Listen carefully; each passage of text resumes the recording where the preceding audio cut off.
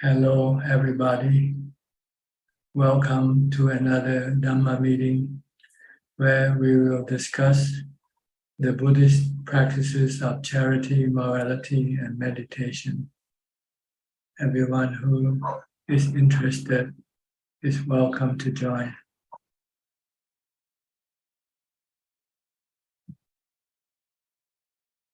Let me get myself positioned.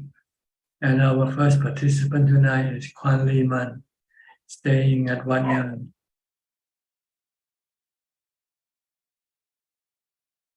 Kwan Lee Man,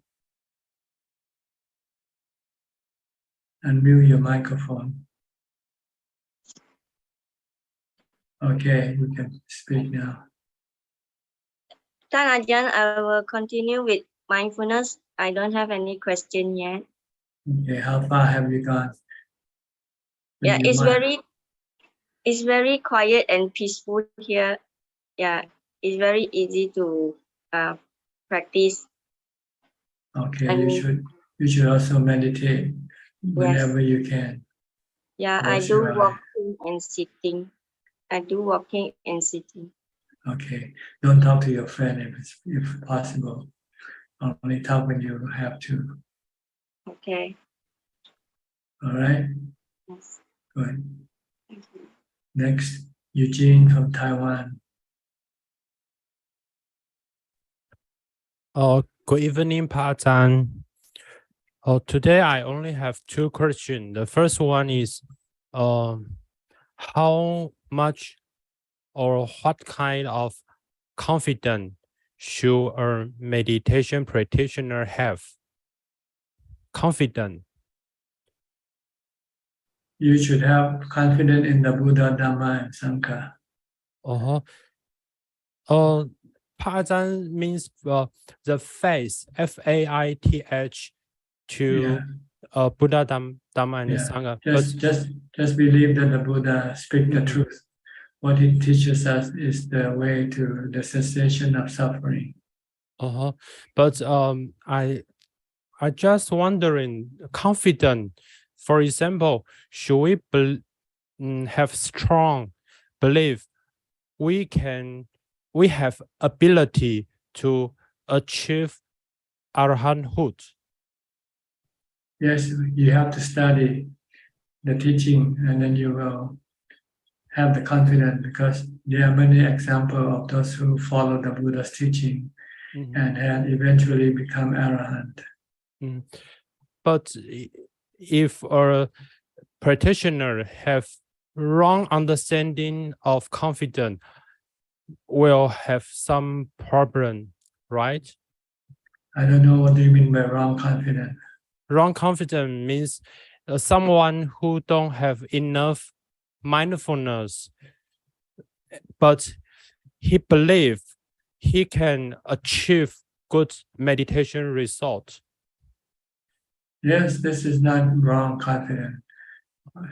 Then he just have to prove it to himself that he can do it, that's all. Okay. Then the second question is, in Theravada Buddhism, any sutras mentioned Lord Buddha go to the Deva areas, heaven, to teach his mother. Yes. You have to look up. I don't know which one it is. So when Buddha go to the Deva areas, is his body go to this area, or just mental or spirit go to? He go through his jhana, his upachara samadhi. So the body is still in this world. Yes, the body cannot go anywhere. It's the mind that goes. I see. Because I see some pictures mentioned writing about painting about when Buddha back to this world, have Brahma and Indra have service Lord Buddha and have a golden step. So it is just a story or some historical writing. How do you paint an invisible person? Oh, How do you depict someone invisible? The mind is invisible to the human eye. So they have to use the Buddha's body instead to depict his mind. Floating in the sky, coming down from heaven. Okay. Okay, I see. And what the Buddha teach which one sutra for his mother? He just told her to let go of the three fetters. Oh, not a big sutra. I don't know what sutra is. You have to search for yourself. Okay, I will try. Thank you, Pa Ajaan. Okay. Next, Alvin from Kuala Lumpur, Malaysia. Good evening, Ajaan. I don't have any question, just listening in. Thank you, Ajaan. You know, Malaysian are the biggest visitor group to Thailand now. Yes. I read Malaysian and Indian. Yeah. Next year will be mainland Chinese when they open up. Yeah. Now, when you walk into the airport, you run into Malaysian all over. Yes. Desperate to travel, and Thailand is the easiest, Ajaan. No visa. And Singapore. You don't have to apply for visa. Just stamp when you're in for 1 month, right? I think for 1 month, yes. Thailand and Singapore is the easiest for us. Yeah, Singapore, we can country. just drive over. Thailand also, we can drive over. Okay, just to let you know, just in case you want to stop by. I used to live in the border town. That's where I was born. 45 minutes from Thailand. So it was maybe 1 hour from Thailand to Sungai Golok. So it was quite easy for me to go last time. I see, okay. Yeah, there are a lot of people travel there. All right. Thanks. Any question tonight? No, not yet, Ajaan. Thanks. Okay. Professor Ken from Switzerland. Good afternoon, Ajaan. I have no questions at the moment, just listening. Okay. Claudia from Germany, from Nuremberg, if I'm correct. Yeah, good afternoon from Germany, Ajaan. I'm glad to be here today. I don't have any question, but a remark. I absolutely love the book Beyond Birth. I can't stop reading it, and it's beautiful. It's one of the best books I ever read. Good. You want to translate it into German? Yes, I'm already doing it. Yeah, it's sometimes I can't believe what I read, and it's touching my heart so much. I totally admire your way. Currently, I'm reading the time after you left the United States, and so this book should become a movie. It's contain many stories, many adventures. Yeah, I admire your way so much. It's beyond words. Yes. Well, that was the time I was traveling in Europe for about 1 month. Yes. After I left the US, I stopped by Europe. I bought a Eurail pass, free train ride for 1 month. It's just a monthly pass, second class. I can get on any time without having to buy any tickets. Yeah. I sleep on the train, travel from one big city to the next, from one country to the next on a night train. So you save the hotel bill for 1 night. Yeah, it's beautiful. As I said, I think it's one of the best books I ever read. Well, so thank you so much for sharing. Okay. All right. Let me go to Anura and Ramya from New Zealand. Yeah. Good evening, Ajaan. Thank you. So I don't have a meditation question, Ajaan, but I heard from one of the Thai Ajahn said that some of the bad spirits could possess meditators in the forest? So I don't think so. No? No. It's just their own bad spirit, the mind, the defilements is usually the one that possess the mind. Nothing else can possess the mind. Right.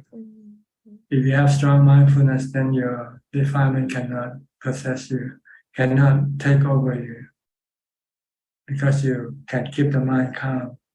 Once the mind is calm, then nothing can happen. But when your mind is not calm, then the defilement will start to generate all sorts of images or things in your mind. And if you're not wise, you will interpret them as your defilement wants you to interpret them to be evil spirit, to be ghost, or to be something possessing your mind. But it's just your own mind possessing yourself, your defilement possessing your mind, your delusion. Yeah. Okay. So all you need to do is, when you have something unusual, just use the mantra, Bhutto, Bhutto. Yeah. Then your mind will become calm, and then this unusual happening will disappear. Yeah. Okay. Yeah, okay. Thank you, Thanajan. Thank you. The Buddha said, if you go to some place and you run into something fearful, he said, just recollect the Buddha, Dhamma, and Sangha. Yeah. Right? You can use the mantra, Bhutto, Dhammo, Sangho. Just keep reciting that. Don't pay attention to what appears in your mind or appear outside your mind.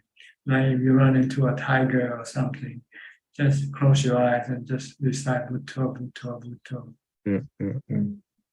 So those visuals are mind-made visuals, is that correct? If you see something that's mind-made. See something inside or outside, mental or physical. Yeah. The best way to deal with them is just to calm your mind. Yeah. Okay. Yeah. Okay, thank you, Thanajan. Thank you. Yeah. Next, Kokseng. Go ahead, Ramya. Sorry. Contemplation makes the mind calm, but is it a hindrance as well? Because it's kind of thinking. Concentration or contemplation. Yeah. It depends on what you contemplate on. See, if you contemplate on the Four Noble Truths, the three characteristics of existence, then you'll calm your mind, not agitating your mind. But if you contemplate on your wealth, on your husband, your family, then this can become agitating to your mind. So you have to contemplate on Anicca, Dukkha, Anatta. Every time you think of your husband, you have to think of him as Anicca, Dukkha, Anatta. Yeah, true. Then you let go of your attachment to him, and then you don't have any worry about him. See? If you don't see Anicca, Dukkha, Anatta in him, then you want him to last forever, stay with you forever. Yeah. And when something happens that might threaten that desire, then you become unhappy, sad. But if you see that eventually it's going to be gone, whether you like it or not, we're all going to be gone. Separation is just a fact of life.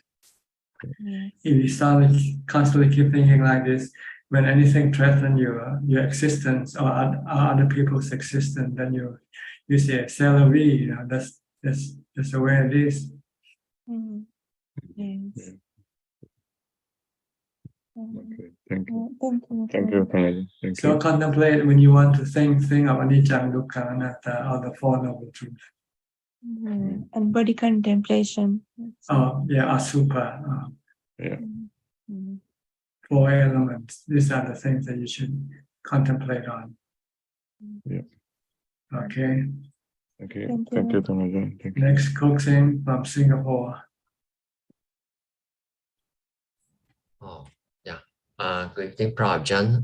Tonight I have a question, and that question triggers off after I reflect on what Lillian of Bangkok mentioned a few weeks ago about the reason of her coming to the Zoom meeting to get some positive vibes. So I was contemplating, why do I attend the Zoom meeting?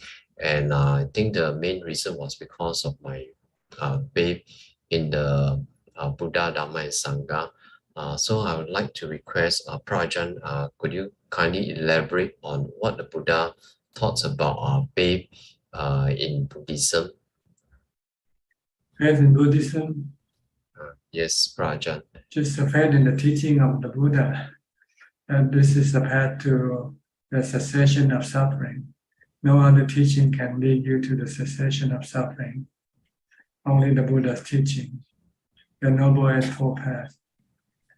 So you just follow the Noble Eightfold Path. Try to develop the 8 factors.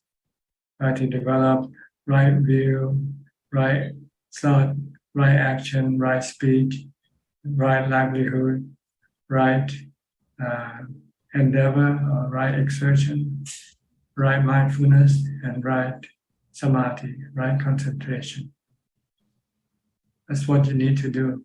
If you can develop all these 8 factors, then you will have the capacity or the ability to suppress or eliminate all your dukkhas, all your suffering, all your stresses in your mind. This is the faith. By seeing the example of those who followed the Buddha before us, they all became noble disciples. Yeah. So they all, the 3, this is what you believe in the 3, the triple gem. You believe the Buddha is the discoverer of the Noble Eightfold Path. The Noble Eightfold Path is the teaching of the Buddha. And those who follow his teaching became Arahant, or noble disciple. So this is what the triple gem is to have belief in the triple gem. If you want to be free from dukkha or stress, you need to follow his teaching only. If other people's teaching is in conflict with his teaching, then you should not follow him. You should not follow them. But if they are not in conflict, then you can follow them. If other religion teach you to keep the precept, you can follow that. If they teach you to meditate, you can follow that. Because they're not in conflict with the Buddha's teaching. So how do we know whether the teachings is in conflict with the Buddha's original teaching? You have to study the Noble Eightfold Path. Precept, Sila, Samadhi, and Panya. Simple. If any teaching doesn't teach these 3 things, then it's not good for you. Yeah. Some religion teach you to worship cow, worship animals, or pray to somebody for something. Then this is not in accordance with the Buddha's teaching. You don't get things by praying according to Buddhism. You get things by doing, by your action, by your good karma. Okay. Thank you, Prajan. Okay, Philip, next from Malaysia. Hi, good evening, Ajaan. I hope you're doing well. I just have I'm not too sure, a question or an experience to ask you. Last week, I was invited for an evening, you would say an event, because I was requested to go, and I was seated with, the who's and who in the industry and things like that, and typical small talk at that time. All these big CEOs and these important figures were talking about how much their wealth, how much their all their problems, and how much watches they've bought and how much diamonds and they have accumulated and things like that. And as I was listening, all of a sudden, I felt that my mind pulled back away from the body, and just was observing everything, and started to contemplate that all this was an illusion, and they're just chasing everything.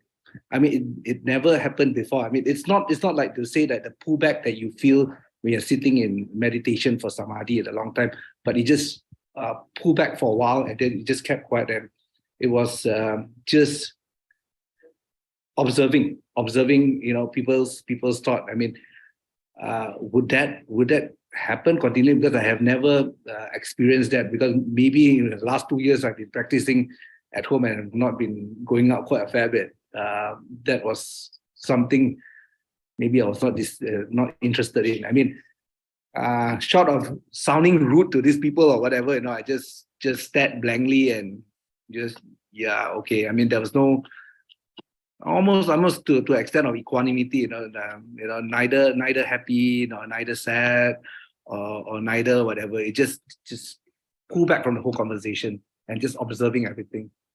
Yes, it's the consequence of your mindfulness practice. Okay.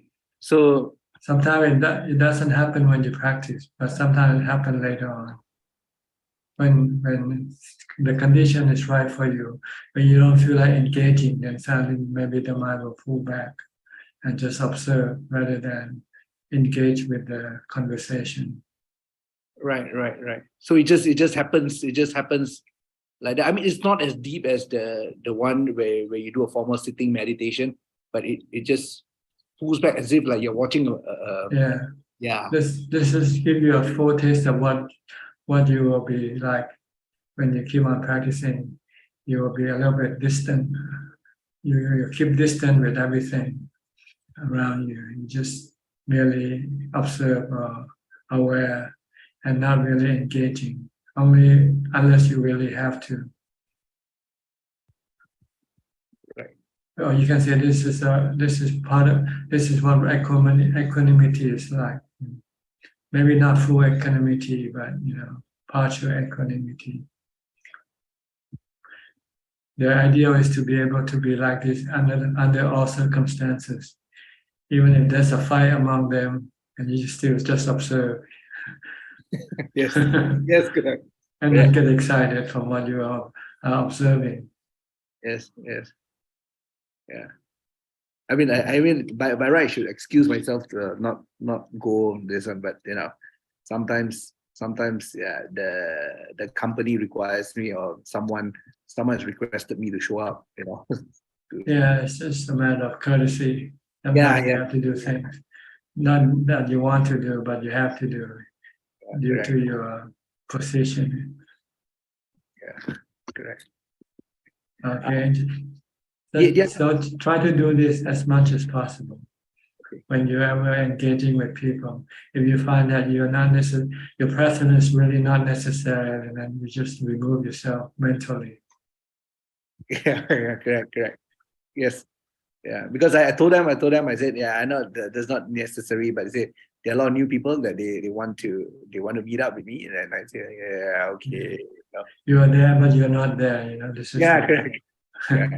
Yeah. You're there physically, but mentally you're not there. I mean, short of being rude or whatever it is, right? I mean, I was actually totally not in the conversation, or not at that. The body is there, but the mind is just calm, The mind also there, but the mind is not engaging. You're just watching the sound. Yes, correct. Mm-hmm. Yeah. So good. This is what you will be like eventually, all the time, if possible, under all circumstances. This is like the simile of the lotus leaves and the droplet of water. They're both in contact, but there's no what you call,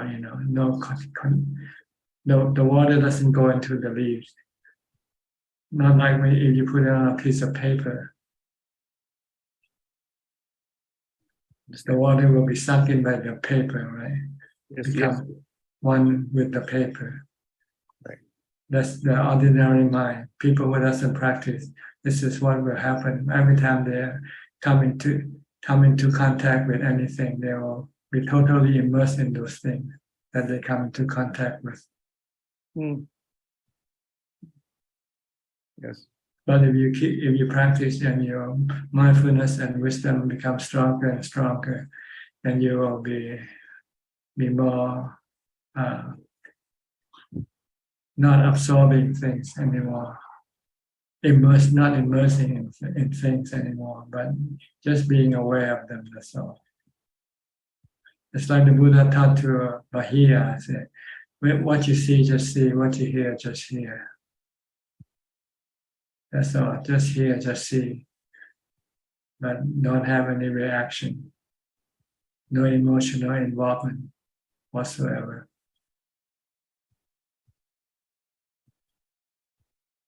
Understand, Ajahn. But the ideal thing is to do this when you are under dangerous situation, things that might threaten your life, and if you can remain like this, then you're safe. So that sometimes you might have to expose yourself to some form of danger to see if your equanimity is strong enough to deal with those things.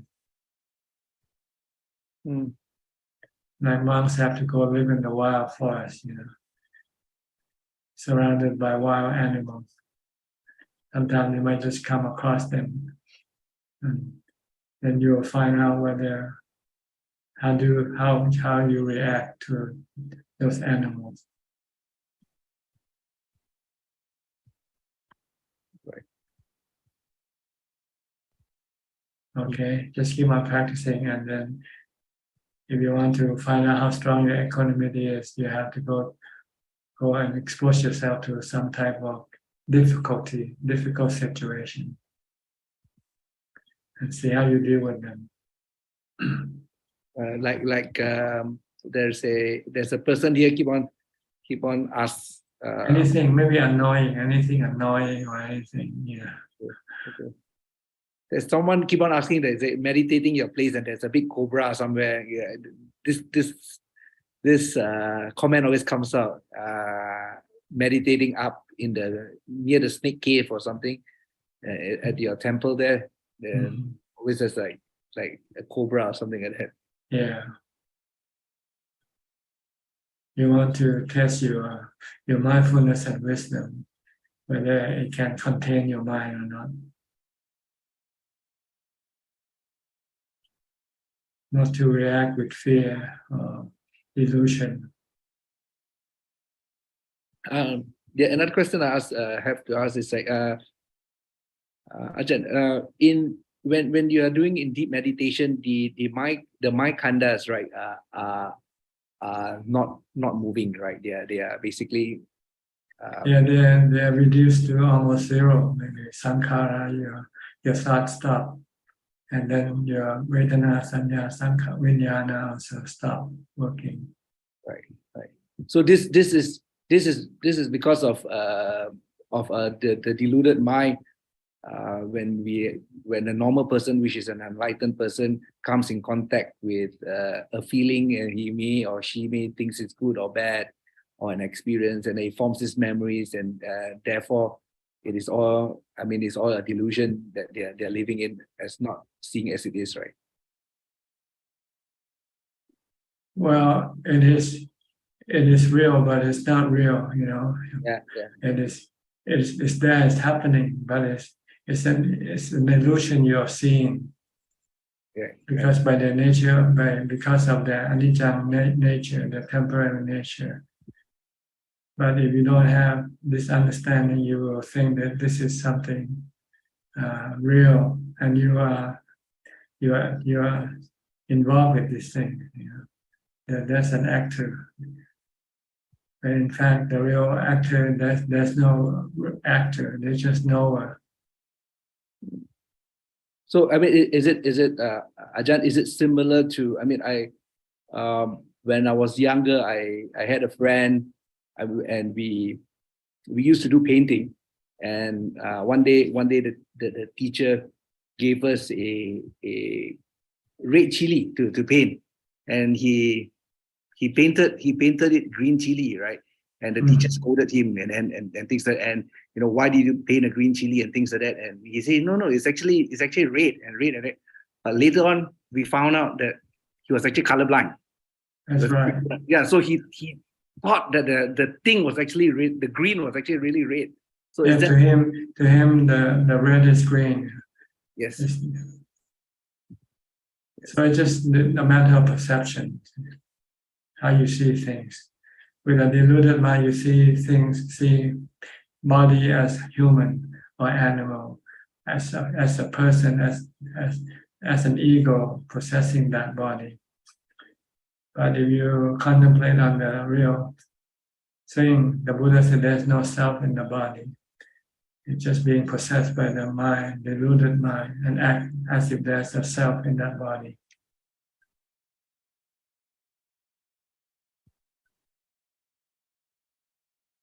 So we want to reverse this perception, to turn it back into the truth. There's no self in anything. No self in the body, there's no self in thinking, in feeling. Nobody feel, nobody think. But they are feeling, they are thinking, they are perceiving, they are knowing. But no one knows, there's no one to know, no one to think. It's just a process like the sun and the wind and the rain. The rain falls, nobody makes it fall, right? It falls by itself. The wind blows by itself. The thinking think by itself.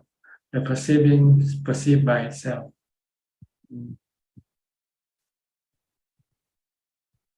But with delusion, there is that perception that there is somebody thinking, there's somebody feeling. I am feeling, I am thinking, I am mad. Yeah. But there's no I who is mad. There's just madness. There's anger, but there's no madness, no someone who is mad. It's just a process.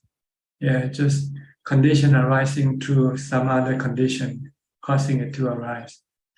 Like seeing something bad, seeing something you don't like, then anger arises automatically. It's a very scientific, very physics. Yeah. Mental science. This is a new science that people don't understand. Yeah. Even the PhDs in physics don't understand this because they don't study this thing. There's nobody to teach them.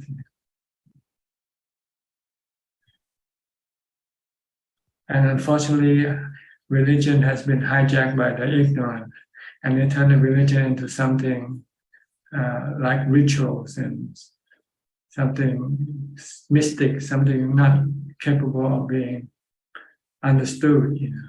When in fact it's like science. It is. You just need someone who can teach this truth to them. That's all, to make them understand.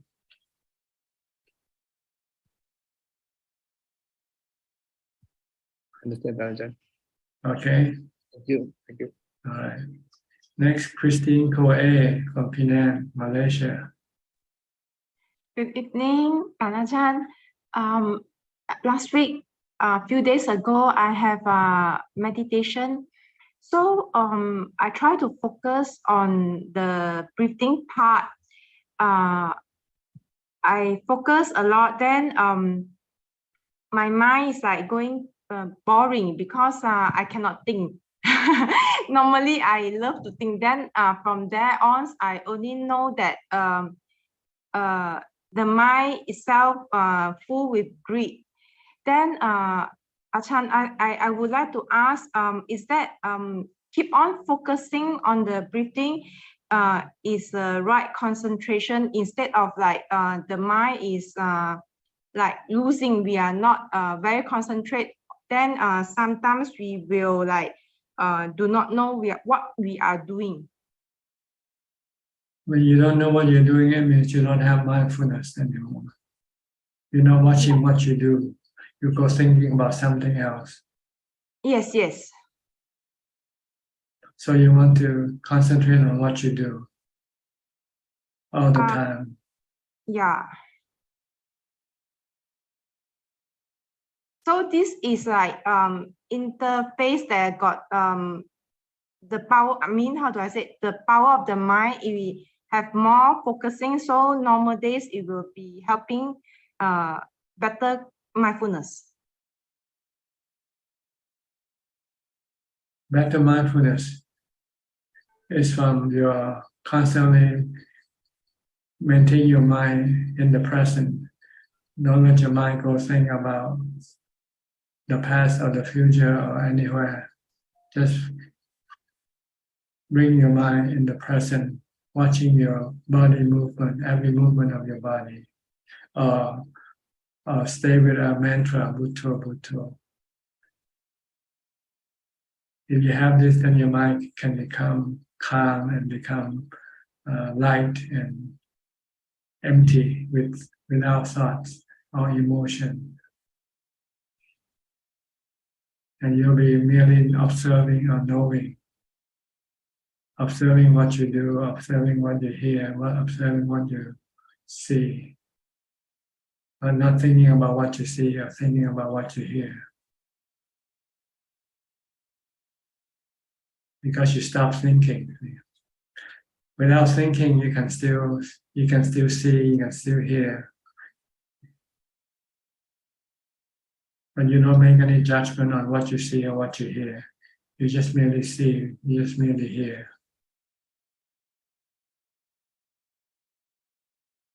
Just keep on practicing mindfulness. This is something you cannot be explained. This is something you have to experience by your mindfulness practice. Because previously, when I do meditation, when I do sitting meditation, I easily fall into bhavanga stage, and it's like half awake, half sleeping. It's not sleep, but it's very comfort zone. Yeah, sleep. Half sleep is considered sleeping, not mindfulness. Okay. Okay. Not full sleep. Half sleep is sleep. Yeah. It's like very enjoy without thinking. That's the mistake people thought. They thought that this is samadhi, but this is not. So they never advance to anywhere. Every time they sit, they just get to that state and they stop there because they're so comfortable. Yeah, very comfortable. But you don't have anything. You don't have any mindfulness. You don't have any equanimity. Oh, okay. So still focus. If really into meditation, sitting meditation, we have to focus on one pointedness. Right. Just focus on the breath if you can. If you feel you're falling into this pavanka, then you should pull it out by reciting Bhutto, Bhutto, Bhutto. Wake yourself up. Okay, I shall try. Thank you, Okay. Ajaan. All right. Okay, Alfredo from Brazil. Alfredo. Hi, Bante. How are you? Okay, my breath is more or less. You're still breathing. Okay. Yes. Don't stop breathing, okay? Oh, yes. in meditation, it's important to notice breathing. Not for Jana. Somebody said that if you can breathe, you can meditate. Yes. You can be mindful. Today in Brazil is holiday. Holiday? National holiday? Yes, Republica Day. For what reason? What occasion? Republic. The founding of the Republic. Yes. Like 4th of July for America. Huh? Oh, yes. Independence Day. Huh? Yes, the same. Same thing. Okay. Yes. What do you have any celebration in the country? No. Any fireworks or anything like that? No. Brazilian people is not a very political people. In Brazil is not the people is not engaged with politics. Not politics. They're more engaged in entertainment, right? Yes, like yes, carnivals. yes. I always have carnivals. Yes, tropical country. in Rio de Janeiro. Yes, São Paulo too. Okay. Do you have anything to mention, to say? No, but thanks a lot. Thanks a lot. Okay, good to see you again. Go. All right. Next, Willy from Indonesia. Machi Willy. Good evening, Tanajan. Today I don't have any questions. Thank you. Okay. Genso from Penang. Ajaan, listening. There's no question tonight. Okay. Lillian from Bangkok. Good evening, Ajaan. Don't have any questions, but I read something very interesting about Buddha relics, and that the more that you practice, the Buddha relics will actually increase if you have it near you. Something that is quite interesting that I read this week. Just a but it has no bearing on your practice. So don't be concerned if you don't have any increase or you lose some relics. Okay. Because sometimes you can lose them also, not increasing. That's true. Because it's also anicca. Anicca is also anatta. Okay. It can decrease also, that means. Right. It can decrease, it can increase. It's anatta. You cannot control. Okay. But it's quite interesting to know that. Yep. Maybe there's no correlation. People just make it out of their own understanding. I did wonder whether there is, but just happened to read it and didn't take much notice, but just acknowledging it. Yeah, it's better to have mindfulness than to have relics. Yeah, that's true. So don't worry if you don't have any relics. Okay. Yeah, I happen to have some actually that someone gave to us. So we put it in our altar. So I was just looking at, but I didn't pay any attention to it all these years. So I was just taking a look at it and see how it looked like. So do you see any changes? I didn't take notice of it when we first got it. So, So maybe you don't after a know. few months I'll look at it again. Next time you should take a photo of it. Yes. So now I had a starting point, so I'll take a look at it after a few months. Yeah, and see what happens. Yeah. Yep. No questions. Okay, all right. Ajaan. The only good thing about relics is that we enforce our trust in the Buddha's teaching. That if you follow his teaching, you can attain to Nibbana. And people who attain to Nibbana, their bone usually turn into, some part of their bone become relics. Oh, okay. That's all. That's all the purpose of relics is there for. Okay. To sort of reinforce your belief that the Buddha's teaching is true. It's not something made up. It can be proven by those who practice. Those who practice can become noble disciples, and after they die, their bones will turn into relics. Okay. That's all. That's what the purpose of relics are there for. Okay, understand. Thank you for your explanation, Ajaan. Okay. Next, Mandy from Canada.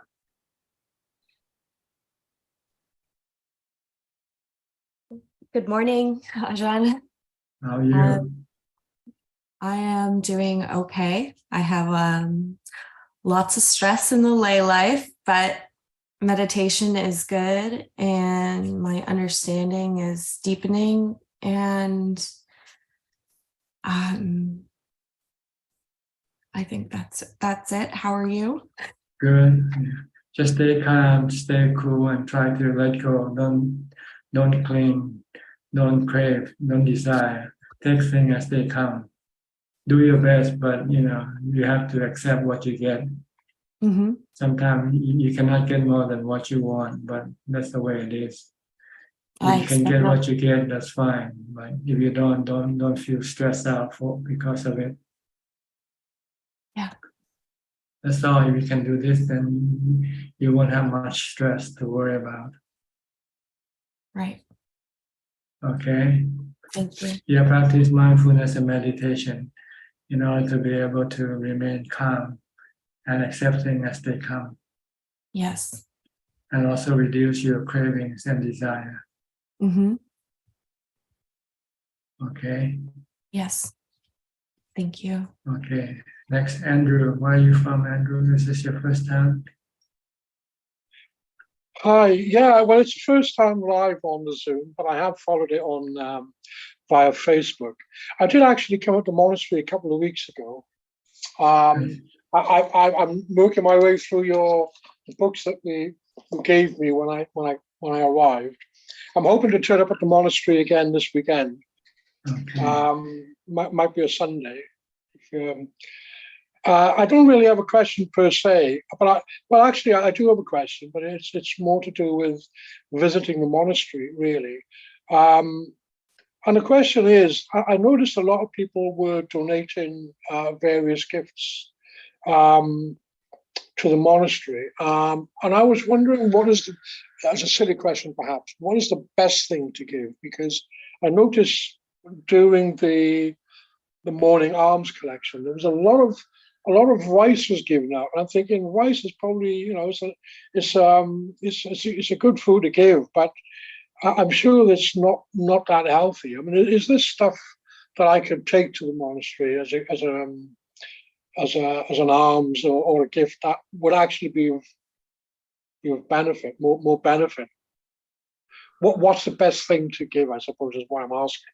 Well, basically, the things to give to monks are the 4 requisites of living: food, clothing, medicine, and shelter. But shelter we already have. So what we really need is just food, really. And or just things that you use daily, like toothpaste, toothbrushes, soap, and things like this. Yeah. Okay. So things that you normally use, we also use them also. We have to have rooms, we have to have racks, Yeah, have okay. toothpaste, soap, and razor blade to shave our head, things like that. Okay. Yeah. Okay. But things that we don't use much is the thing like ropes. One rope can last for 1 year or so. So you don't buy ropes every day. But food, you only can use it one day, and then after what you have left, you have to give it away. You cannot keep it. Yeah. So we have to have fresh food. On that point, there is a supply shop actually just down the road. I'm on South Pattaya Road in Pattaya, and literally 100 yards is a Buddhist supply shop, and they've got alms bowls there. They've got robes. Don't buy those things because they are more ritual things, and we can hardly use them. Buy them. Go to the shop like you're shopping. Buy soap, buy toothpaste, and things like that. Don't buy set that people they give you a set, and usually they contain low quality stuff in order to make profit. Okay. Yeah. Okay. No, that's fine. That's great. Anyway, thanks for your time at the monastery. I'm hoping to see you again on the weekend. So. Okay. Good to see you. Yep. Thank you. All right. Next, Sri in Czech. From Toronto. No, I'm sorry, from Vancouver.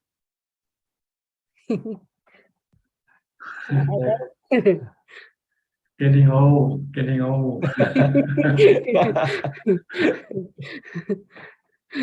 Ajaan, you always you have a radiance, though.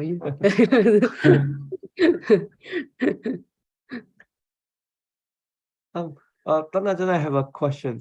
during Anapanasati, sometimes like some of the breath is easy to follow and watch. Some of the breath is not easy. Why is that? Like, because your breath can become subtle as you sit, as you progress. When you first start, then you can easily watch it because it's coarse, you know. You're breathing hard, but as your mind become calmer and calmer, and your body become more restful, then the breathing start to slow down, so it become harder to see it. Oh, okay. So just be aware of the truth of this, the truth of the breathing. Just don't try to manage the breath in any way. You're just there to use the breath as an anchor for your mind, not to go thinking about other things.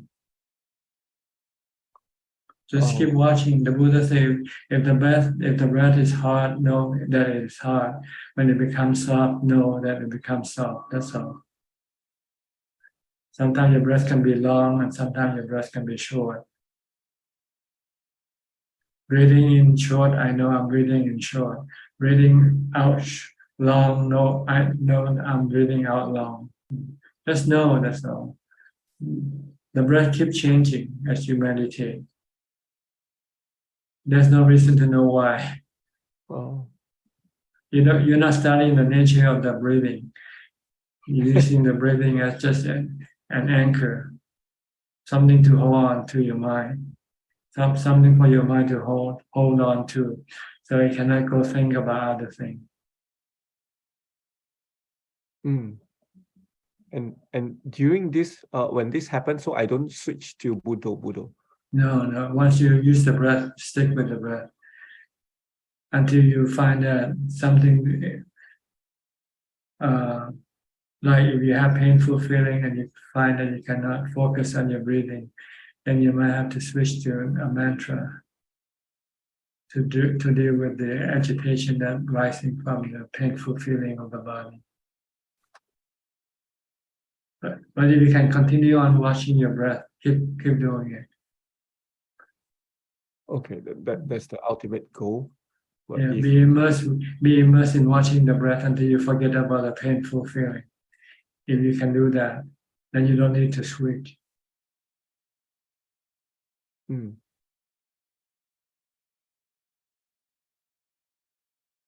Okay. Yeah. How about you, Jack? Ajahn, I'm sorry, but last time, I think you talked about the 10 ways of making marriage. And you also 10 ways of making happiness. Yeah. And is there also the 10 benefits of metta, Ajahn? Is it? Yes, they are different. The 10 benefits of metta. If you practice loving kindness to all beings, then you will get this 10 benefits.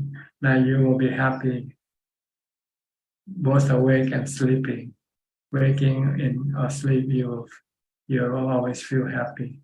And when you sleep, you won't have any bad dream. You only have good dream. You'll be loved by people and human and non-human, which are the deva, the spiritual beings. And these spiritual beings will protect you.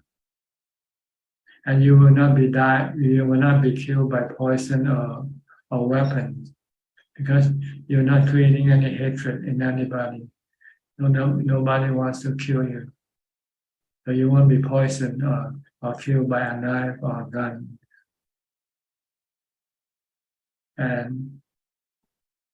And you will, if you meditate, you will find that you can enter into jhana easily. And when you die, you will die peacefully. You will not be delusional when you die. And after you die, you will go to either nibbana or some heavenly realm, depending on your practice, how much you have practiced. So this, I'm not sure if they all contain the 10 or not, but pretty much around there. You have to look up you can search in the internet for the benefits from loving kindness. 10 benefits. It's different from 10 ways of making happiness. Metta is one way of making happiness.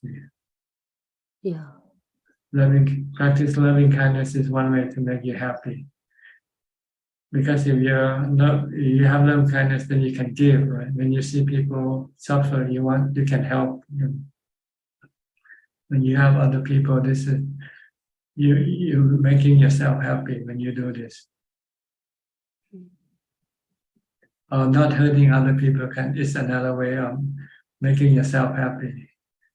When someone did something bad to you and you can stop your anger and not hurting other people, and you can feel happy. Yeah, I don't have to, hit my husband when he says something I don't like. Then you feel happy. Because if you hit him, you'll feel bad, right? You'll feel sorry afterwards. Okay. So if she feel happy if she hits me, then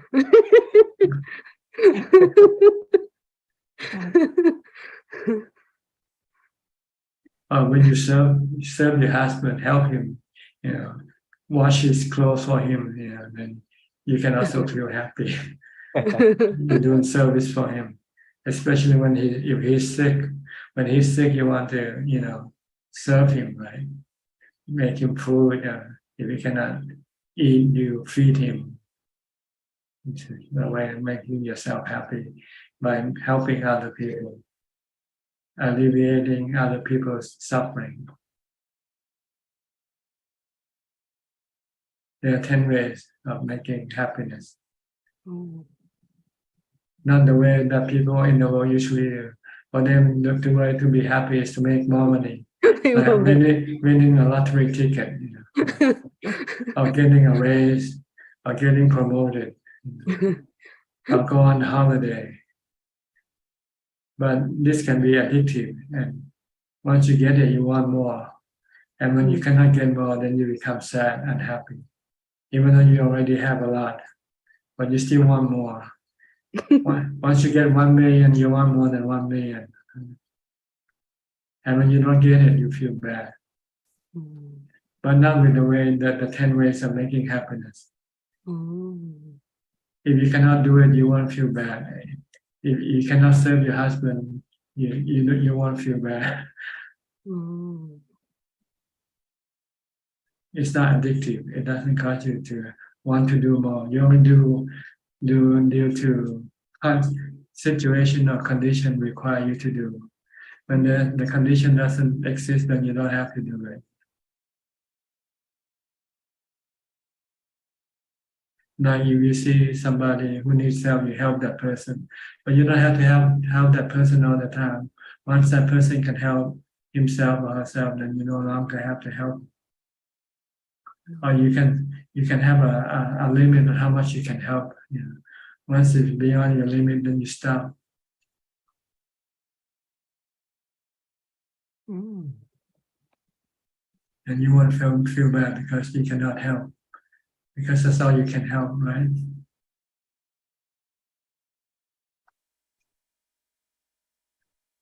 So, if you want to be happy, Buddha said, do charity like dana, or keep the precept, or meditate, or do service to other people, help other people, be a volunteer, go to a soup kitchen or something and work as a volunteer there. Rather than go to a movie or go to a fancy restaurant and have a meal, go work in a soup kitchen rather. You will feel better. Yeah. And you save a lot of money also. If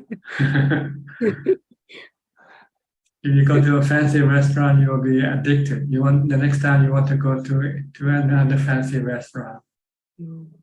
Eventually you'll run out of money and you'll be in trouble. But But if you go to a soup kitchen, you don't have to spend any money. You save a lot of money, and you won't run out of money that way. Okay. Yeah. Ajahn,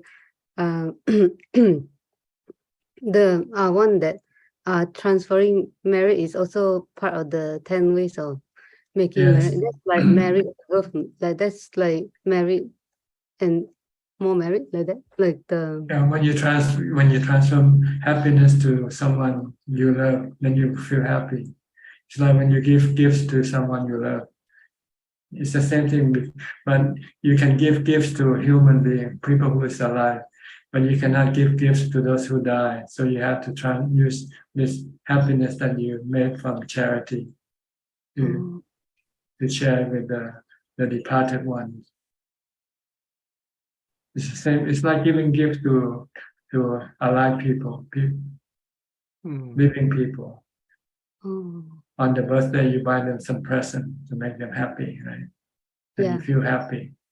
So the same way with the spiritual beings, you cannot send them gifts, so you have to send them happiness that you have acquired from your doing of the charity. That's a good way to think about it. I guess. Like you can give gifts to your husband on his birthday, and then you can then share the happiness you get to his mother if she happened to die.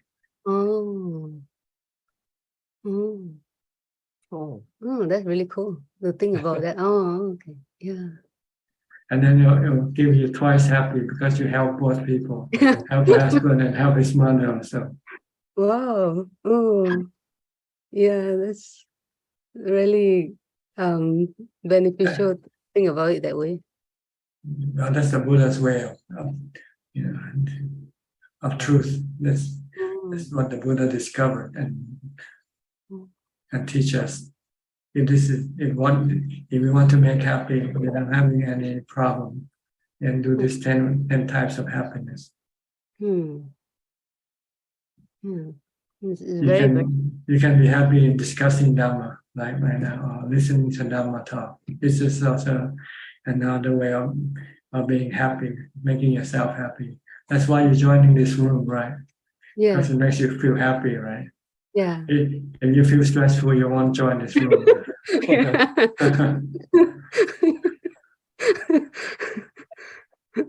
Yeah. Sharing of Dhamma also is a way of making yourself happy. Sharing of Dhamma. If you know a good book like Claudia, then she can translate it and share with other people. Then she can feel happy by doing it. Yeah. Congratulations, Claudia. Very good.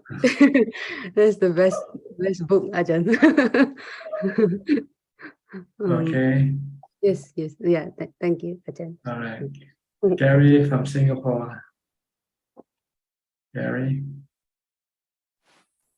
Good evening, Ajahn. No questions. Just happy listening in. Thank you. Okay, Pram Valai from Thailand. นมัสการเจ้าค่ะ Just come to listen the Dhamma for tonight ค่ะ Okay. Bruce Lee from Indonesia. Evening, Ajahn. I don't have any question. Thank you, Ajahn. Okay. Sulan, you just turn up your video. Okay, back on now. Yeah, hello, Ajahn. Yeah. I'll switch room. Over here, quieter. Okay. Go to a quieter room. Yeah, I went to a quieter room because the other room a bit noisy. Okay. Yeah. Okay. Do you have any question tonight? Yeah, actually I have question on the Dana part. So on the way home, just now, because I was working from office today, I meet Dana to an old uncle on the way home. Then after that, he passed me 3 tissue packets in return. So I don't know if it's considered still a Dana. It's mutual Dana. So you do Dana to him and he does Dana back to you. Oh, okay. It will not be dana only when you ask for something in return. Oh, If okay. you give him and he say, "Can you give me something back?" Then this is not dana. This is exchange of gift instead. Oh, okay. Like if there is like But an if you expectation. didn't ask him and he wants to do dana back to you, he can do that also, and you can accept it. Oh, okay. You should accept dana from people out of courtesy, even though you might not need it. But if people want to do dana, you want to facilitate their wish, their desire, because it's a good desire to do dana. Okay. Even though you don't need the things that is given to you, you can always later give it to somebody else. But don't do it in front of that person, because it can make that person unhappy. Because that person might think you don't like that gift, or that gift is not worthy for you or not. For you. But you can give away later, but not in front of the person who gives you the gift. Okay. Okay. Yeah. Okay. Yeah, I learned something today. Yeah, you can do dana anytime, whenever condition requires you to do. Okay. And then the dana, like after the dana, I also like I followed your advice on like sharing merit with the departed beings. Then so then there was this question, right, that came up, because my dana is a small one, like a $2 for the uncle. So like it's a small merit. Then I dedicated the merit to the departed relative. Then when I was saying share my merits to who and who, then I was thinking maybe if the person no longer needs it, then I added another line that I dedicate merits to who and who, but if who and who don't need it, can share it with the people, the beings that needs it. Does it work this way? Yeah. You have to indicate the person you want to give to. But if that person doesn't need it, then if you don't say anything, then that gift will come back to you. The gift come back to me. Yeah. If you don't want it to come back to you, then you say, if this person doesn't want it, then anybody who wants it can have it. Then it will come back to you. Okay. Oh, okay. That's good to know. Yeah. Because So you can always say, I like to dedicate this gift to this person. But if this person doesn't accept or not in the position to accept, then whoever needs it can have it. Oh, okay. Yeah.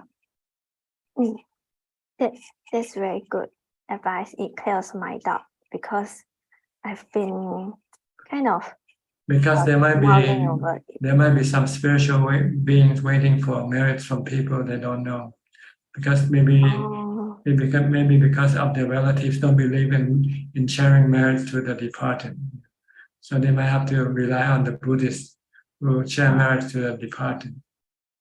Oh, okay. I see. Long time once a year he will make a big merit, big dana, by inviting all his disciples to do dana, and then share it to any spiritual beings of their choice, or those who have no relatives also can come and accept this merit.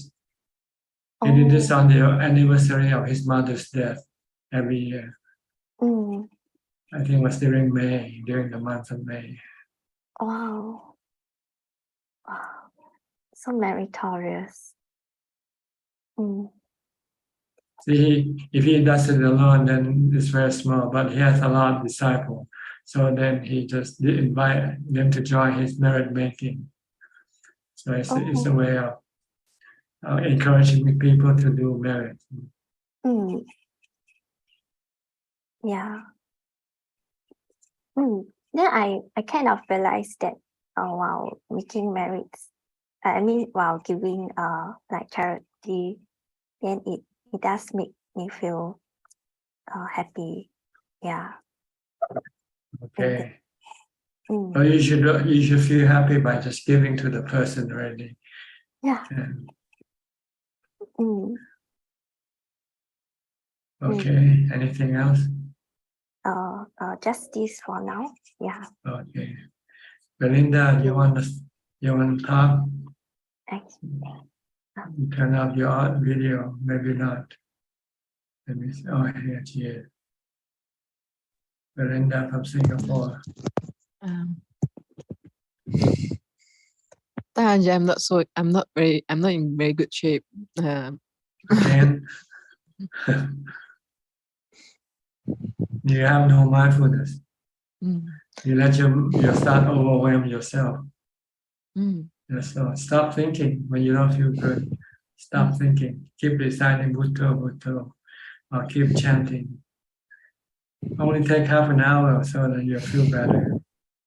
If you keep your mind from, if you let your mind keep thinking there, you're creating more stress as you go along.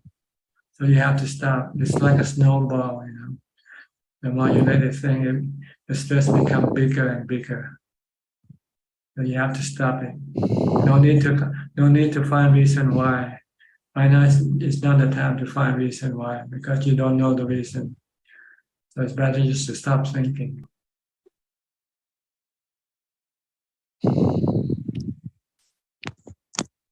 When your mind stops thinking, then when you feel good, then you can look things in a different light, in a different angle, and you can understand why. You'll find that the reason of your stress is because of your desire to solve something or to do something that you cannot do. That's all. Once you stop this desire, then your problem will disappear. You cannot solve everything. Sometimes you just have to let go, and when you cannot, there's nothing you can do anything about it.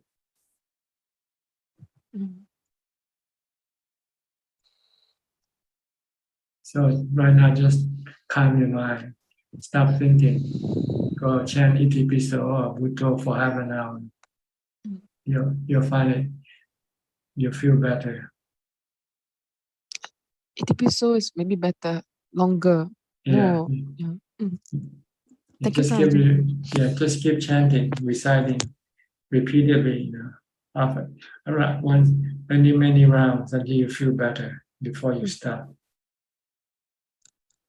Okay, this is the Dhamma medicine it's like the medicine you take when you have a headache. You take some painkiller. After you take it for 15 minutes, you'll feel the headache will seem to disappear. It's the same way with your mind. When you feel stressful, just keep reciting Bhutto, Bhutto, or chant Itipiso. Okay? All right. Well, I think nobody else waiting to speak. So we'll go to Kunla. Kunla not here today. It's Kunju. Any question from Facebook or YouTube? Yes, we have two questions this evening so far. The first question is from Swiss Bliss. Can I ask a question about this? When one passes away, how does his citta turn to a child's mind when he is born again? No, the citta never turns into a child mind. It's just that it's born into a different environment, something that it has to learn. It's like going to a different country. When you live in your country and then you move to a new country, you're like a newborn child because you don't know the custom, the way things work in that country. So you behave like a child. That's all. The mind is the same way. Once it departed from this world, when it comes back, it might be in a different century, in a different country, in a different planet. You don't know where you will be next time when you take a human birth again. So you have to relearn the custom, the ways of things in that country that you're born in. So you behave like a child because you have to learn how to walk, to crawl, to stand, and to eat, and all these things. with a new body. It's like driving a new car, getting a new car, different make. You used to drive a diesel automobile. Now you have to drive an electric automobile. So you have to learn how to drive an electric. It's different from the diesel. It's just a learning process. Once you take rebirth, you have to relearn something that maybe you already forgot. After you die without a body for a while, you don't know how to move the body anymore. So you have to relearn, redrive your automobile. If you stop driving for 20 years or 100 years and you come back and drive, you might forget how to drive the automobile. Your body is just like an automobile, a new automobile. That's all. The next question is from Liberty. Bhante, I've learned from other monks that we need to be careful of the non-original teachings of Lord Gautama, which contradicts the original intention. Study Dhamma, meditation, stay aloof to reduce sensual desires. Is this true, Bhante? Well, how do you find out which is the non-original or original in the first place?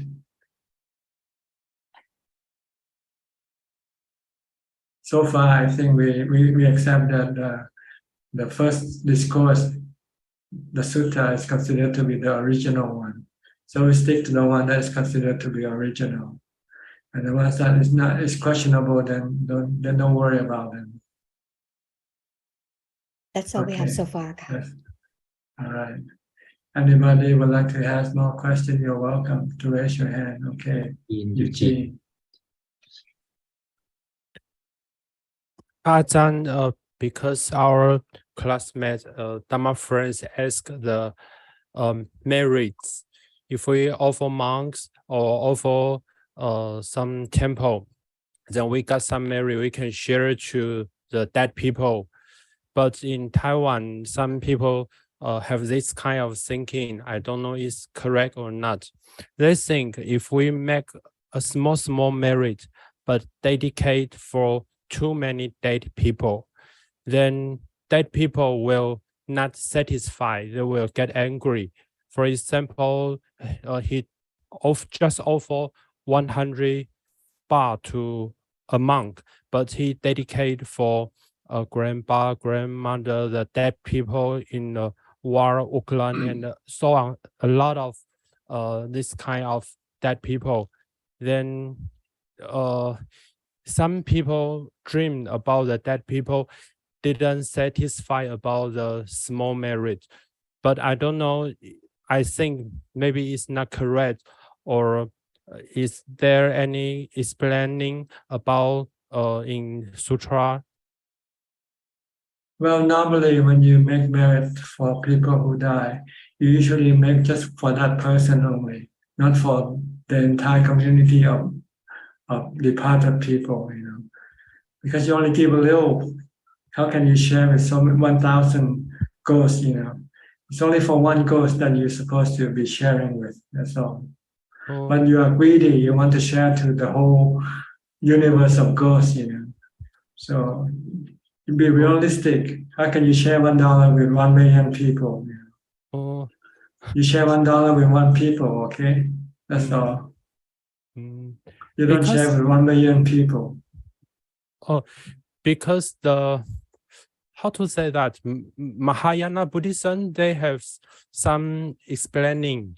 They say if your heart is pure, or your motivation is not for yourself, just for your family, you are very open for many sentient beings, then your merit will become bigger or more powerful to offer more dead people. But what's the correct view in Theravada Buddhism? If your heart is pure, can you transfer $1 into $10? No, right? Okay. I see. All right. So some people do small merit, but offer too many people get bad dream. The ghost not satisfied. Is it's not his thinking. Sometimes it might a true. I think this is all imagination. There's no proof to what they say.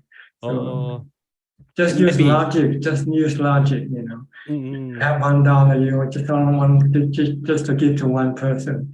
You don't want to give to 10 person and expect 10 person to get $1 each. You have to divide up. You know.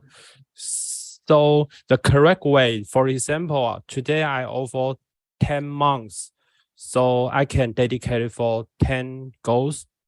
It depends on how much you want to dedicate, how much for each goals you want to dedicate. But we cannot not understand what goals satisfy. Normally, you only want to dedicate to someone you personally know. You know. Okay, I see. Because some people that not very close, he never saw about that. For example, a car accident in the newspaper, then they have compassion, want to dedicate for them. Well, your marriage is like when you share with many goals, then it means first come, first serve. Whoever comes first get it. I see. Okay. Okay. You cannot share with 10,000 goals with $1. You cannot share with one ghost. Whichever ghost comes first, get it. I see. Thank you, Pasan. And another, I also read your story. I feel very happy I can meet you. But I have a small question. When you was young, when you have time, you will read the Dhamma book. For example, you have time, you read a book, Dhamma talking about the Lompo Mahabua. But you say when you are reading, just like Lompo in front of you, then Dhamma appear just like a non-stop river. So it's just face or true feeling. For example, when I reading Dhamma book, I just do mindfulness and read each Dhamma words on this book. I don't have to have any expect, oh, I want to have feeling of my teacher appear the Dhamma from his heart. Then I can touch this feeling. But if I have more imagination, oh, I want to have this kind of feeling when I reading, my mindfulness will disappear, right? That's right. You should just focus on what you read and don't expect anything.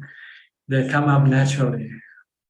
Oh, I see. When you're focused only on what you read, then it seems like you're face to face with the person who writes the book. So just keep mindfulness to mindfulness. Thank you, Pazan. And you'll be absorbed in your reading.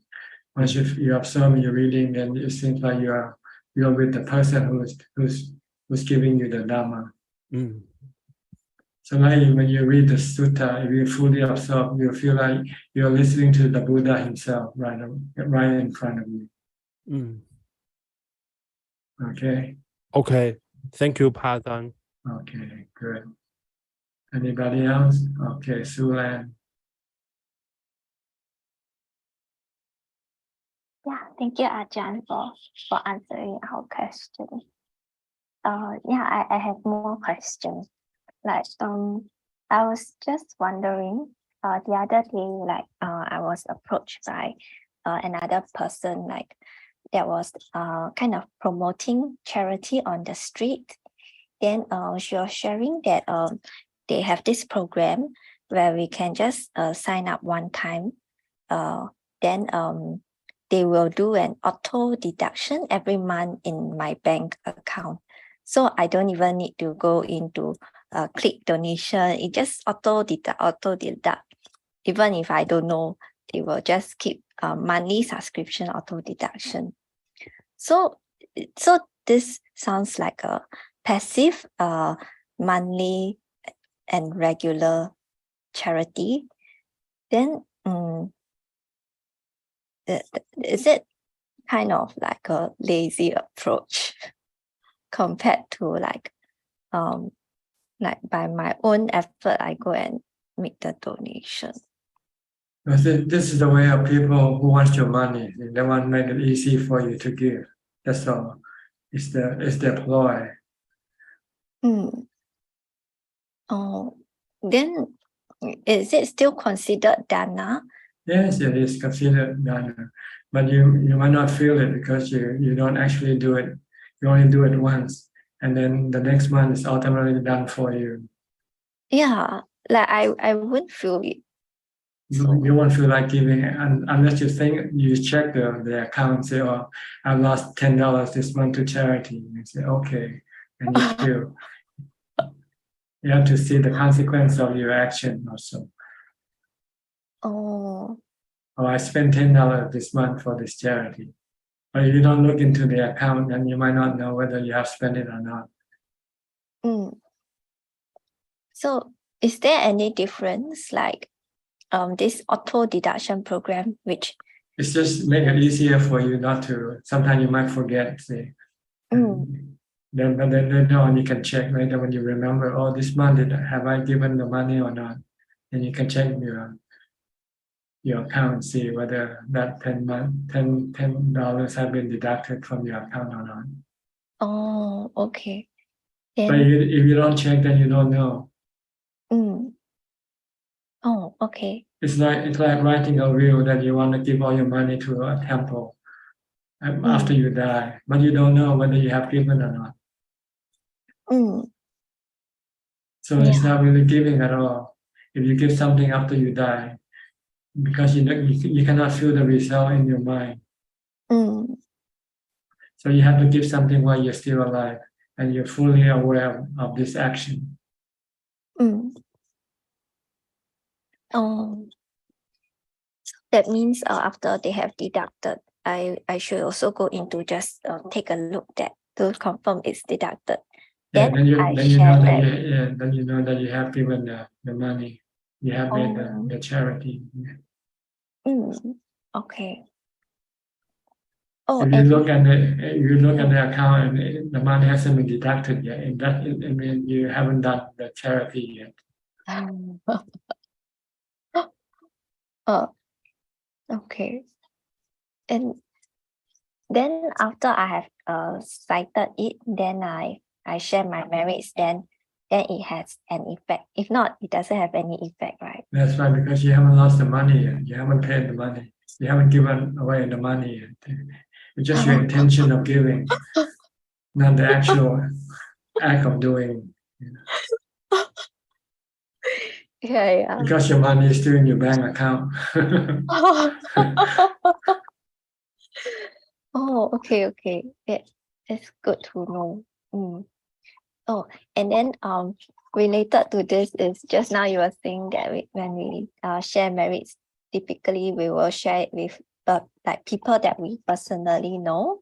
Then it came to my mind that actually I was supposedly to have an elder brother that like my mother had but unfortunately when she gave birth the baby was dead.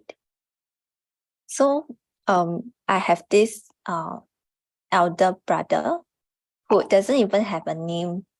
So I can't even dedicate merit to that elder brother. No, and I don't know him also. You just tell them your older brother is good enough. Oh, okay. I would like to dedicate this merit to my older brother who died. Okay. But you have to understand that people who die doesn't mean they are waiting for your merit, because some people who die can die rich. If when they are alive, they make a lot of charity. So when they die, they have a lot of merit with them. So they become deva. So they are rich spiritual beings. They don't wait for your charity.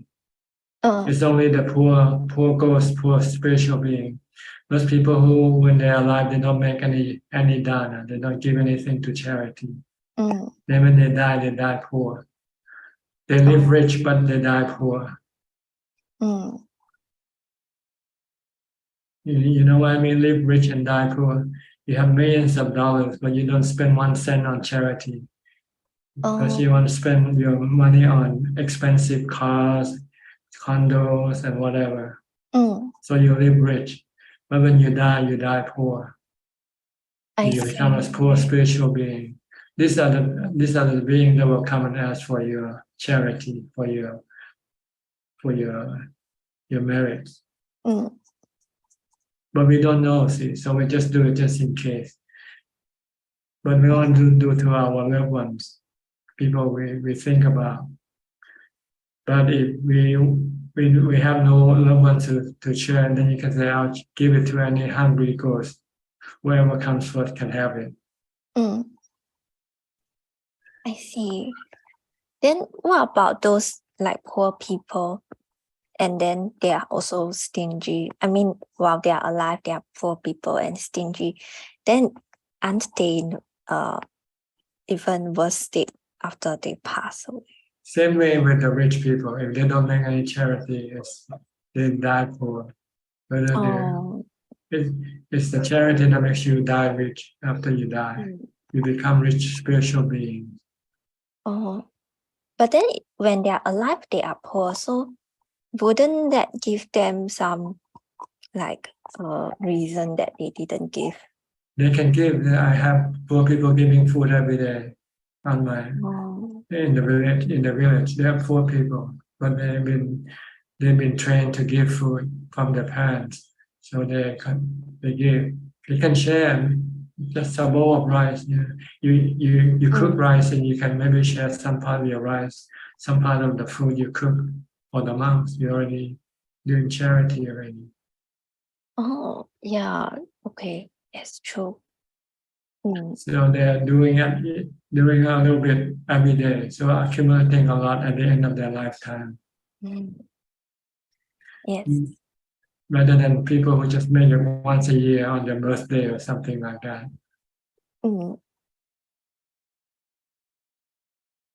Okay. Okay. Yeah. Thank you, Ajahn. It's very good. Okay, we have a latecomer, Disaya from Thailand. You want to speak? Sadhu. Good evening, Ajahn. Yeah, Can you hear me? Yes, any question?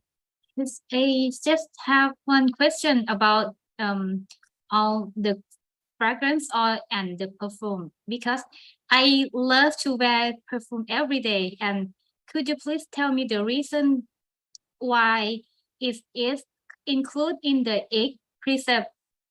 Because it's a form of sensual happiness. It's a form of sensual happiness, which is temporary, and it can make you feel sad when you don't have it. So it's better not to become relying on this type of happiness, because sometimes you might run out of money to buy perfume. Then what you do?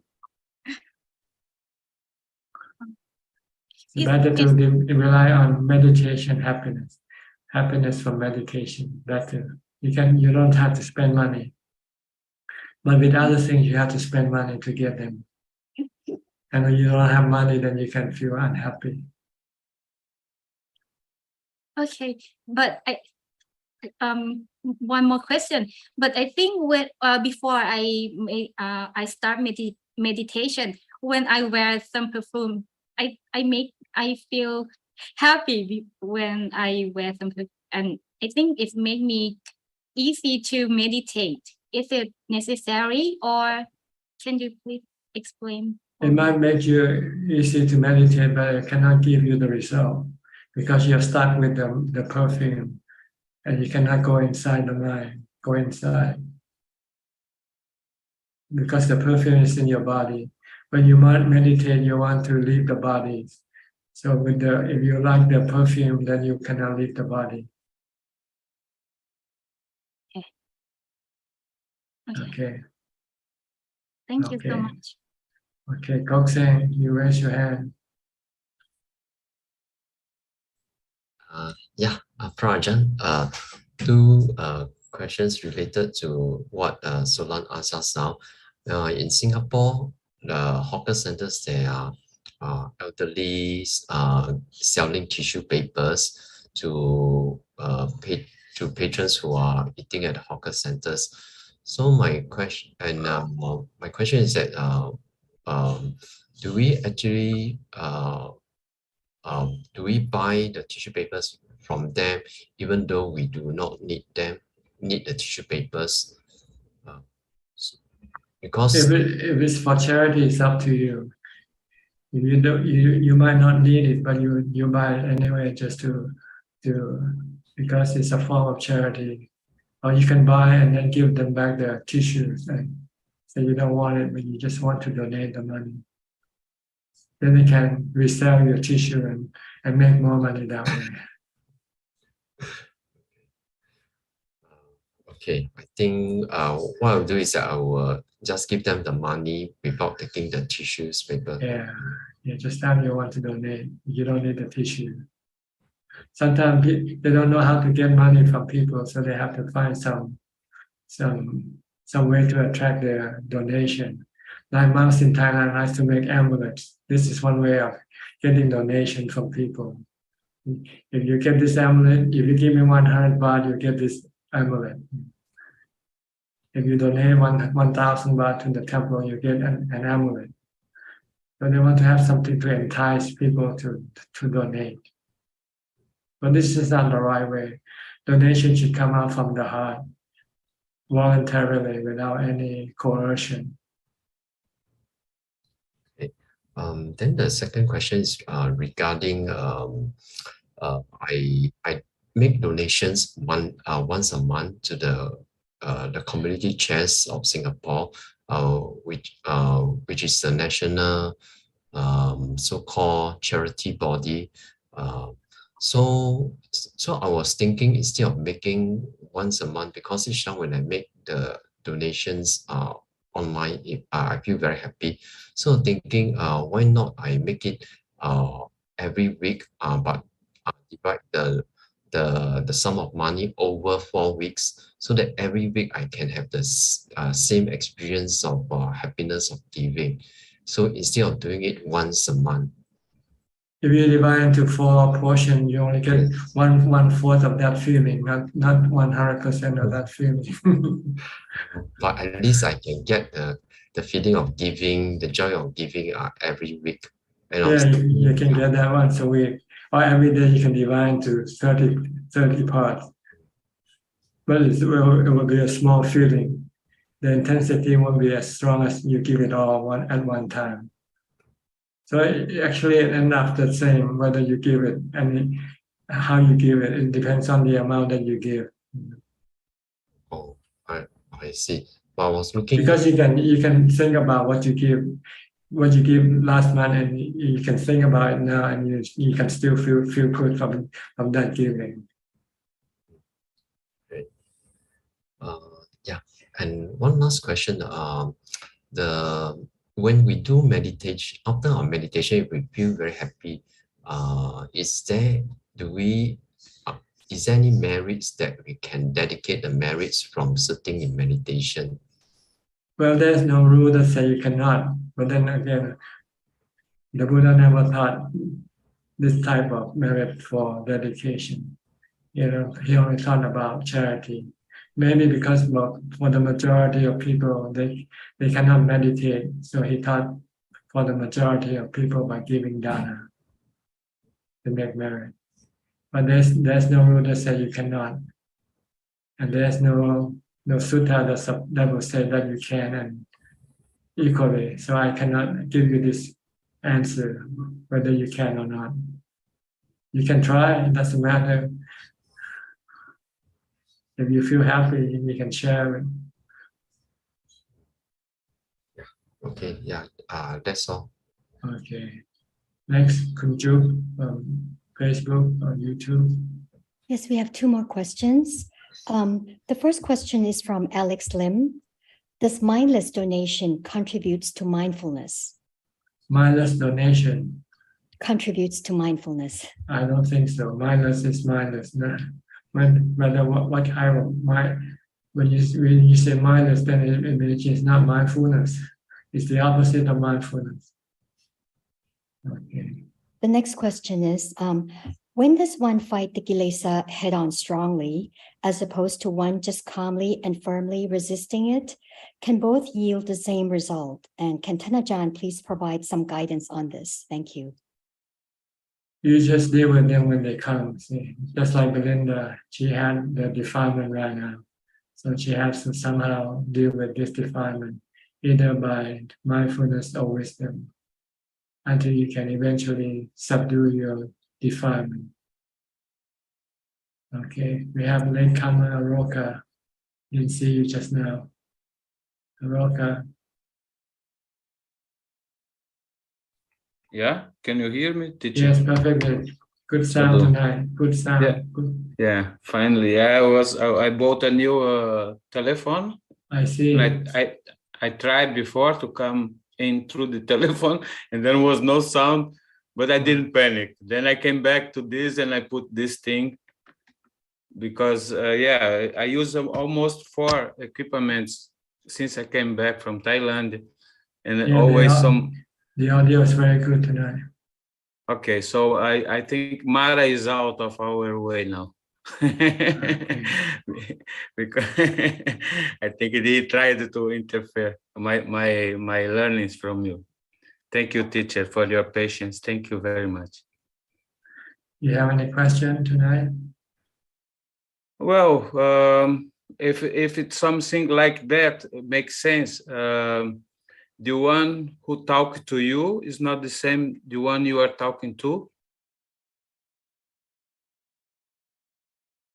Well, see, the one you talk to is the one who listens, and the one who talks back to you is Sankara.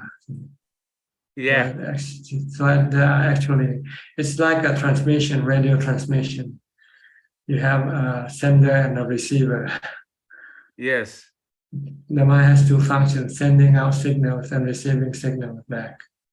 So the ones who know is the receiver. Yeah. Okay, I get it. True Vijnana. The knower depends on Vijnana to receive the signal.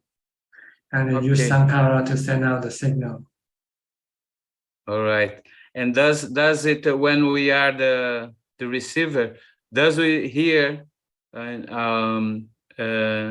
does there is some kind of sound inside the mind like a radio, more or less, like shh, something like this, or is that only from the vijnana of listen?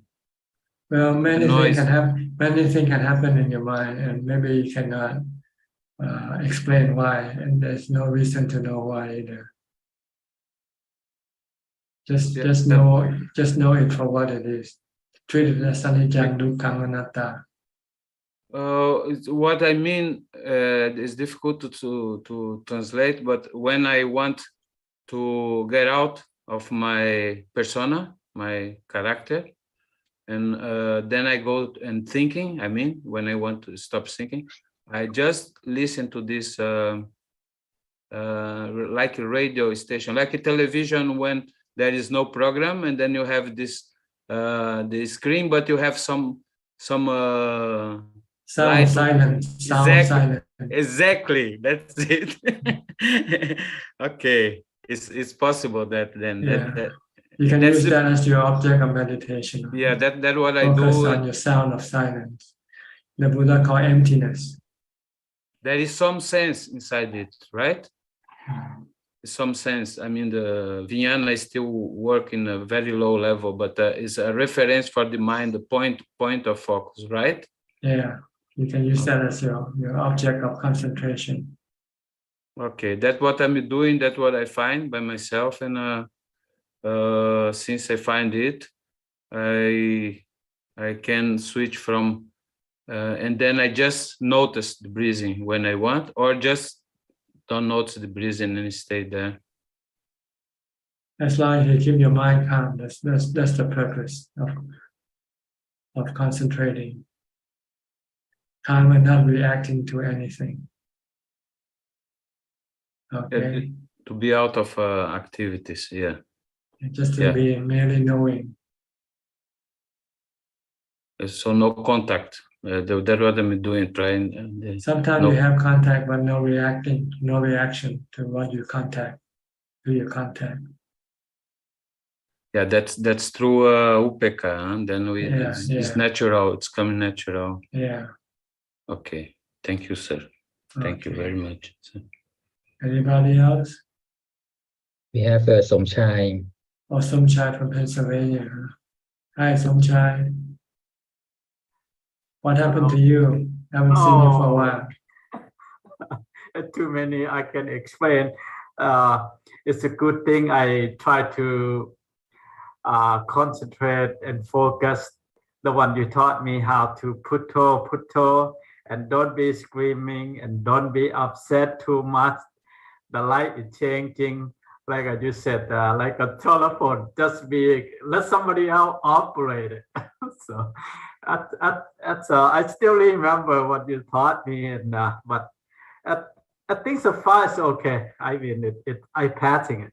So, and I gonna keep do it the way I learned from you. So thank you so much on this time. You feel better?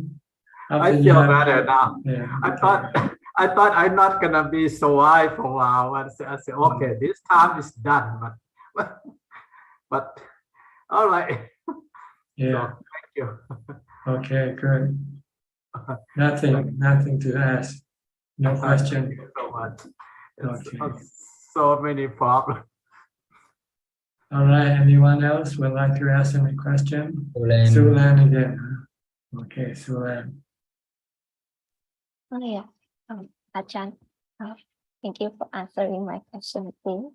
I have a question, which is, sometimes when we look back at the past, then we will sometimes also look back to celebrate some of the things that was good, and then I was just wondering, is there any meaning to actually look back and celebrate or reminisce about the past, or should we just be focusing on the present?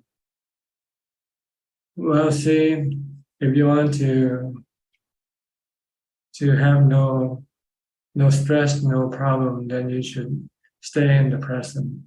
Because when you reminisce, when you remember things, you can have cravings, the desire to go back. And that might cause you to start making arrangement to go back to what you wanted. And then just creating you more workload, more problem, rather than forgetting about the past, and then you don't have to go back to wherever you've been. But when you think about a good time in a certain place, and you say, "Oh, I want to go revisit that place again," then you have to have workload. You have to make arrangement. You have to, if you don't have money, you have to find money in order to be able to do what you want to do. I see. So this is not a way of making yourself happy. The way to be happy is to be in emptiness. Then there will be no craving, no desire to do anything. Then you can be relaxed. No workload, nothing to prepare. Okay. Yeah. I'm asking this also because we are also coming to year end. Then usually year end we will also have year end celebration at workplace, or we will look back and say, oh, this year we have achieved this and that, and then we rejoice in it. So this is looking back, and then looking back even at our past photos, etc. This is more of a worldly kind of habit. See, it's a false sense of happiness. It's not real happiness. Oh, it's a false sense of happiness. It's better to get the real happiness by staying in the present. and making the present empty, then you'll find the real happiness there. Okay. Everything else is false happiness. The happiness you think of the future, the trip you're gonna make next time on your next holiday, and you think it makes you feel happy, but it's just briefly and then it's gone. And when you don't make the trip, then you can become sad. So it's better not to rely on anything for happiness, except the happiness you get from by being mindful, by staying in the present, by emptying your mind, make your mind empty, make your mind peaceful and calm. That's the true happiness. That's the real happiness that you can always have anytime, anywhere. Oh, I see. Yeah. Oh, and also related to this, like recently I've actually changed job. So my pace of work recently has also slowed down because it's a new job. So there's a very different pace. Then when I am like, because the pace of work has slowed down, then I'm more able to kind of